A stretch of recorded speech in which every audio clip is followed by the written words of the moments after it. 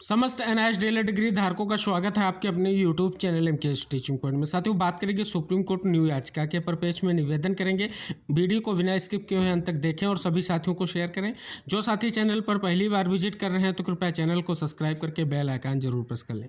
जैसा कि साथियों आप सभी को अवगत करा दें, वर्तमान में एक अहम प्रयास जारी है जो स्पष्ट तौर पर एनआईएस डीएलएड की वैधता को लेकर के है। साथियों, आप सभी को पता है, एक तरफ क्लेरिफिकेशन याचिका जल्दी सुनवाई को लेकर के सूचीबद्ध है, यानी 16 फरवरी को उसकी सुनवाई होनी है।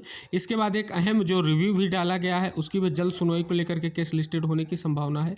और इधर साथियों एक और अहम याचिका जो कोर्ट में की जा रही है वो डिग्री वैलिड करने को लेकर के की जा रही है। आप सभी को पता है, उसके लिए लगातार प्रयास भी किया जा रहा है कि जल्द से जल्द डिग्री वैलिड करने को लेकर के जो ये केस किया गया है, जो भर्तियां आर्डर आने के बाद में आई है उन भर्तियों को लेकर के ये केस सुप्रीम कोर्ट में जो है दाखिल किया गया है। साथियों, आप सभी को अवगत करा दें, इस याचिका को लेकर के कुछ संशय की स्थितियां आप सभी के मन में हैं, उनको पहले दूर करेंगे और अन्य चीज़ों पर भी चर्चा करेंगे। जैसा कि यहाँ पर देख सकते हैं, ये आपका जो है केस का स्टेटस है। और साथियों बात करें, 12 फरवरी को जो है केस दाखिल किया गया। अब साथियों यहाँ पर एक स्पष्ट तौर पर लिखा गया है, cases under defect list valid for 90 days.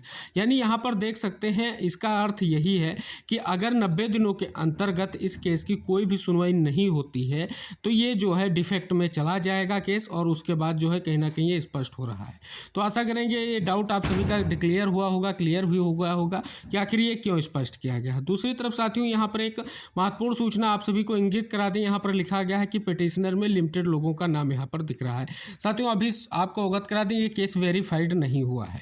तो साथियों अभी ये केस वेरीफाइड नहीं हुआ है, इसलिए आपको पिटिशनर में कम लोगों की कहीं ना कहीं आप देख रहे हैं। जैसे ये केस वेरीफाइड होगा, किसी बेंच को ये सूचीबद्ध किया जाएगा सुनवाई को लेकर के, तो जो भी जितने भी पिटिशनर इसमें जो है केस के अंतर्गत होंगे उन सभी का नाम आप सभी के सामने आ जाएगा। बात कर ले यहाँ रिस्पोंडेंट की, तो साथियों सीधे तौर पर ये केस किया गया है द स्टेट ऑफ बिहार को लेकर के। तो साथियों इसीलिए यहाँ पर the state of Bihar and others दिखाई दे रहा है। और साथियों आप सभी को अवगत करा दें, अगर एडवोकेट की बात करें तो अगर यहाँ कपिल सिब्बल सर का नाम नहीं दिख रहा है तो यहाँ पर आपको हताश होने की जरूरत नहीं है, क्योंकि अभी तक इस केस को लेकर के स्थिति स्पष्ट नहीं हुई है।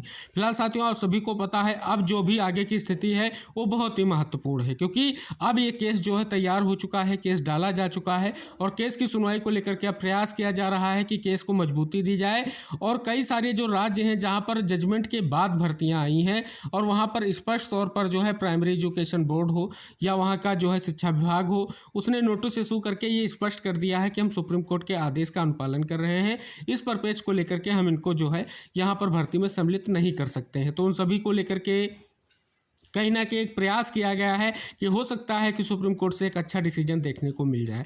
फिलहाल ये प्रयास किया जा रहा है और आप सभी को पता है इस प्रयास का कहीं ना कहीं नतीजा सार्थक निकले, इसके लिए उचित प्रयास किए जा रहे हैं। आशा की जाती है इस केस की सुनवाई जल्द ही स्पष्ट होगी और जल्द से जल्द ये केस स्पष्ट तौर पर जो है सुनवाई को लेकर के सूचीबद्ध हो सकेगा। फिलहाल साथियों आशा यही की जाती है कि इस केस में जितने साथी हैं उनका जो है स्पष्ट तौर पर एक बड़ा जो है लाभ मिलने की उम्मीद जताई जा रही है। फिलहाल साथियों आप सभी को अवगत करा दें, ये डिग्री वैलिड करने को लेकर के केस डाला गया है। संभावनाओं की दृष्टिकोण से अगर देखें तो आप सभी को पता है अभी क्लेरिफिकेशन 16 तारीख को सुनवाई होगी। जो भी निष्कर्ष निकलेगा उसका स्पष्ट रूप से जो प्रभाव पड़ेगा वो 28/11 से पहले जो भर्तियां आई हैं उनकी स्थिति को लेकर के पड़ेगा कि उन पर जो है एनआईएस डीएलएड को प्रतिभाग कराया जाएगा या नहीं कराया जाएगा, ये स्पष्ट तौर पर 16 तारीख की सुनवाई स्पष्ट कर देगी।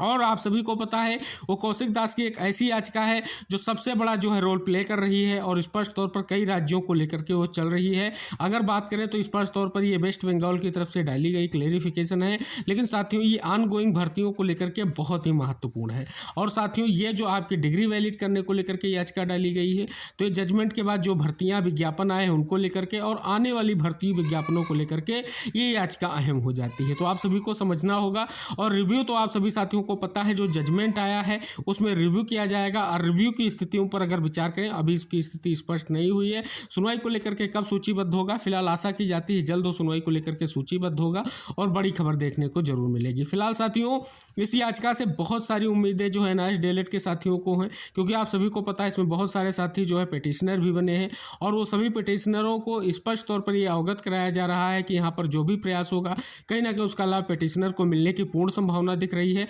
तो इसलिए इसका जो है प्रयास किया जा रहा है। पिटिशनर वगैरह स्थितियाँ स्पष्ट की जा रही हैं। फिलहाल आशा यही जताई जाती है इसकी सुनवाई को लेकर जल्द ही कोर्ट से बड़ी अपडेट आएगी।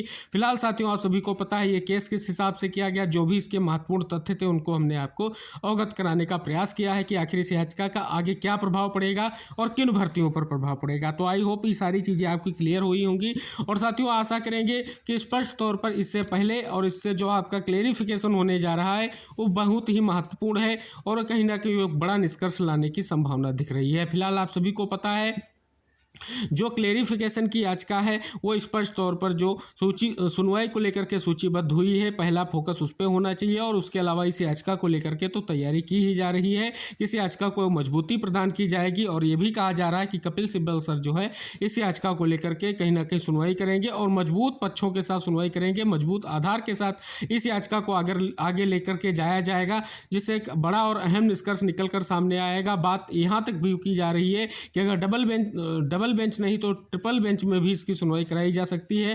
तो ये समस्त चीज़ें निकल कर सामने आ रही हैं। फिलहाल साथियों, देखते हैं आगे क्या स्थितियां रहती हैं।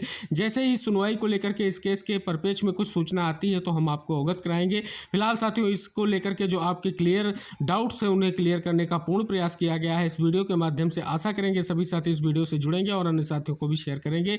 अगर आप चैनल पर नए हैं तो कृपया चैनल को सब्सक्राइब करें, बेल आइकन प्रेस करें। मिलते हैं नेक्स्ट अपडेट के साथ, तब तक के लिए टेक केयर, बाय बाय साथियों।